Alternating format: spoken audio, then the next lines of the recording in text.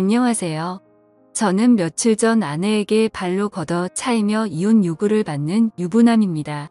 그런데 억울하기도 하고 아니면 아내의 반응이 당연한 것 같기도 하고 답답한 마음의 욕을 왕창 먹을 각오로 사연을 보내봅니다. 제 이야기를 듣고 많은 조언 부탁드립니다.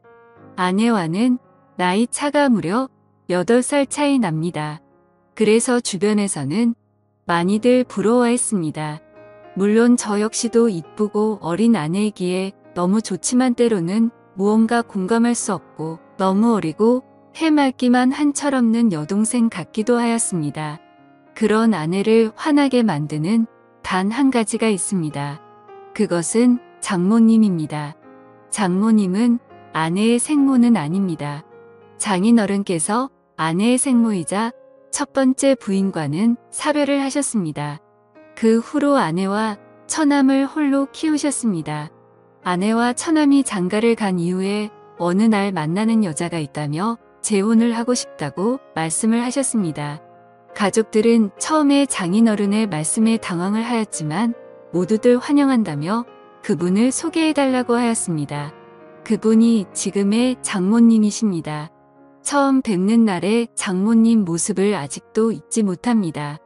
장인어른보다 무려 15살이 어린 저보다 고작 3살 많은 누나였습니다. 그리고 복장이 짧은 치마에 쫙 달라붙는 티셔츠를 입었고 짙은 화장 냄새가 진동을 하였습니다. 소개하는 자리보다는 나이트나 클럽이 더 잘 어울릴 것 같은 모습이었습니다. 식사와 함께 대화를 오고 갔지만 다들 반응은 냉담했습니다. 아내도 처남도 이거는 아니라면서 절대 반대를 하였고 그분은 그분의 겉모습과 달리는 속은 여리고 착하다며 이해해달라고 하셨습니다. 평생을 너희의 인생을 위해서 살았는데 남은 장인어른의 인생도 지켜달라고 하셨습니다. 한동안 불화가 있었지만 결국 장인어른 뜻대로 재혼을 하시게 되었습니다. 너무나 어린 새엄마 새장모님에 대한 호칭도 부자연스럽고 어색했지만 그래도 장인어른이 행복해 하셨기에 모두들 노력하였습니다. 그렇게 행복할 것만 시간은 길지 않았습니다. 2년쯤 지나서 장인어른은 암에 걸리셨고 몇 번이 수술과 항암 치료를 하였지만 약 1년의 투병 생활 끝에 돌아가셨습니다. 아내는 젊은 장모님이 장인어른의 나이나 건강 상태를 고려하지 않은 채 무리하게 여행도 다니고 밤늦게 데이트도 다니고 술도 같이 많이 마시면서 일찍 돌아가시게 된 거라며 원망하였습니다. 제가 봐도 장인어른께서 2년 사이에 많이 수척해지신 것 같았습니다. 그러니 아내는 더욱 장모님을 원망하였고 장인어른이 계실 때에도 가족들과 장모님 사이에는 분명 안 보이는 벽이 있었습니다. 결국 모든 가족들의 원망과 화살은 장모님께 쏠렸습니다. 장인어른은 이렇게 될 것을 미리 예상하셨던 것 같습니다. 어느 날 평소와 다름없이 낮에 시간에 나서 병원에 들렸습니다. 병원비를 결제하고 병실에 올라갔습니다. 장인어른 혼자 계셨고 조용히 할 말이 있다며 바람 쐬려 나가자고 하셨습니다. 맞서이었던 저는 그전에도 장인어른과 소주 한 잔씩 하면서 말동무를 해드리곤 하였습니다. 많이 답답하고 힘드시죠? 하면서 장인어른께 말씀을 드렸습니다. 한참을 고민하시면서 혹시라도 자기가 죽게 된다면 아주 가끔이라도 장모 찾아뵙고 안부라도 물어주면 안 되냐고 하시는 것이었습니다. 그러시며 장모도 많이 외로운 사람이라며 부탁한다고 하셨습니다. 빨리 쾌차하셔서 집으로 가시면 장모님께도 더 잘해주고 처갓집에 더 자주 찾아뵙겠다고 하였습니다. 자네만 믿는다며 저한테 여러 번 부탁하셨습니다. 장례가 끝나고 어느 정도 시간이 지났을 때쯤 장모님께 전화를 드렸습니다. 집에 그냥 계신다고 하셨습니다. 퇴근하고 과일 및 고기 등 이것저것 사서 처갓집에 들렸습니다. 아내 보고 같이 가자고 하면 불같이 화를 내며 안 갈 것이 뻔하기에 퇴근길에 혼자 갔습니다. 장모님께서 말을 안 한 지 사람을 안 만난 지 며칠이나 지났는지 모르겠다며 반갑다고 하셨습니다. 장모님도 많이 수척해지시고 예전과 달리 얼굴에 그늘이 가득했습니다. 장모님의 이런저런 넋두리와 저녁 식사를 마치고 나왔습니다. 다음에 또 오겠다고 인사를 드린 후 나왔습니다. 고맙다고 자주자주 놀려오라고 하시는 모습에 마음이 아팠습니다. 그날 이후 3일에 한 번씩은 꼬박꼬박 전화를 드렸습니다. 집에만 계시지 말고 친구도 만나시고 나들이도 다니시라고 말씀을 드렸습니다. 갈 곳도 만날 사람도 없다며 그냥 집이 좋다고 하셨습니다. 그래서 정말 외출하고 싶으신데 가실 곳이 없으시면 점심때 회사 근처로 오셔서 전화 달라고 하였습니다. 언제든지 나가서 맛있는 점심 사드리겠다고 하였습니다. 그 후로 가끔 오셔서 점심도 같이 먹고 카페도 가서 대화도 하였습니다. 어느 날 아내가 이런 사실을 알게 되었고 저한테 불같이 화를 내었습니다. 그래서 장인어른 부탁부터 있었던 사실을 전부 이야기해 주었습니다. 아내는 장인어른의 부탁을 무시하지 않고 들어준 것은 고맙지만 앞으로 장모님과 개인적인 연락은 하지 않았으면 좋겠다고 하였습니다.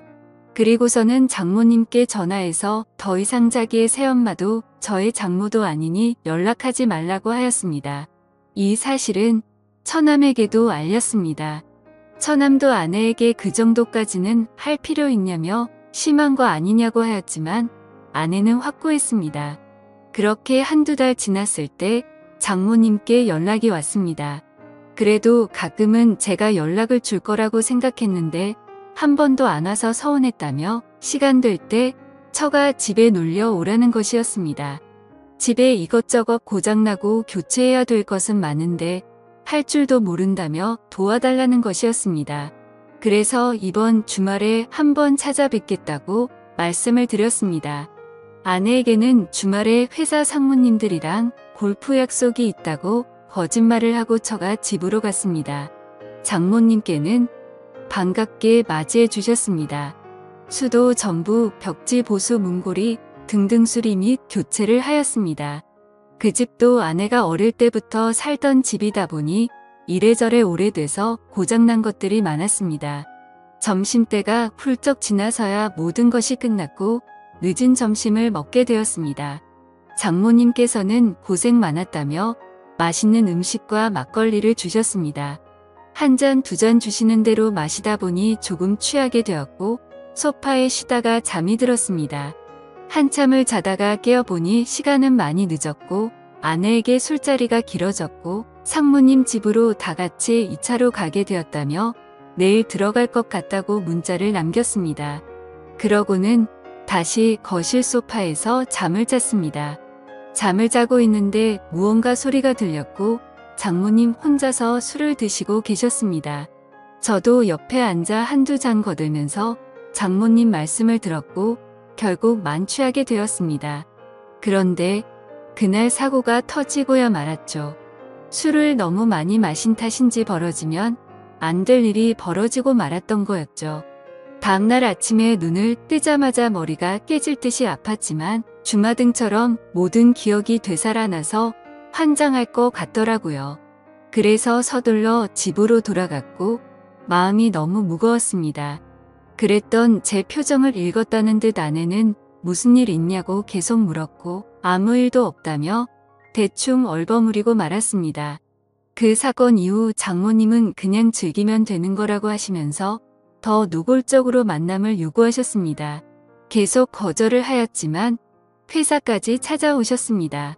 몇 번이고 다음에 찾아뵙겠다며 택시를 태워서 보내드렸지만 또 오셨습니다. 결국 장모님의 성화에 모시겨 가끔씩 장모님 댁을 가게 되었고 그렇게 몰래 만남을 가지게 되었습니다. 하지만 꼬리가 길면 잡히듯 아내가 어떻게 알았는지 모르겠지만 어찌됐든 모든 사실을 다 알게 되었던 거죠. 아내는 제가 처가 집에 있을 때 벌컥 들어왔고 장모와 머리채를 잡고 싸웠습니다. 제가 힘겹게 그 둘을 띄워놓고 아내를 차에 태워서 저희 집으로 왔습니다. 오는 길에 장모와 아내는 전화로 싸웠고 그 와중에 장모의 이야기를 듣게 되었습니다. 아내의 태도가 너무 마음에 안 들어서 일부러 꼬신 거라며 약 올리더라고요. 그러더니 아내 보고 남편 관리나 잘하라는 것이었습니다. 그렇게 집에 오자마자 아내는 제게 온갖 욕을 하면서 이혼하자며 집에서 나가라고 하였습니다. 그렇게 집에서 쫓겨나서 회사 근처 고시원에서 생활한 지 2주 되었습니다. 한 번의 실수에서 멈추지 못한 점과 계속되는 만남의 요구를 거절하지 못한 점, 아내의 신뢰와 믿음 저버린 점 등 제 잘못이 많은 것을 잘 알고 있습니다. 하지만 장모님의 그런 악의적인 의도로 벌어진 일들이라는 것이 억울하기도 합니다. 아내는 무조건 이혼할 것 같은데 저는 어떻게 해야 할까요? 용서받을 수 있을까요? 오늘의 사연은 여기까지입니다. 구독과 좋아요, 알림 설정 부탁드립니다. 긴 글을 읽어주셔서 감사합니다.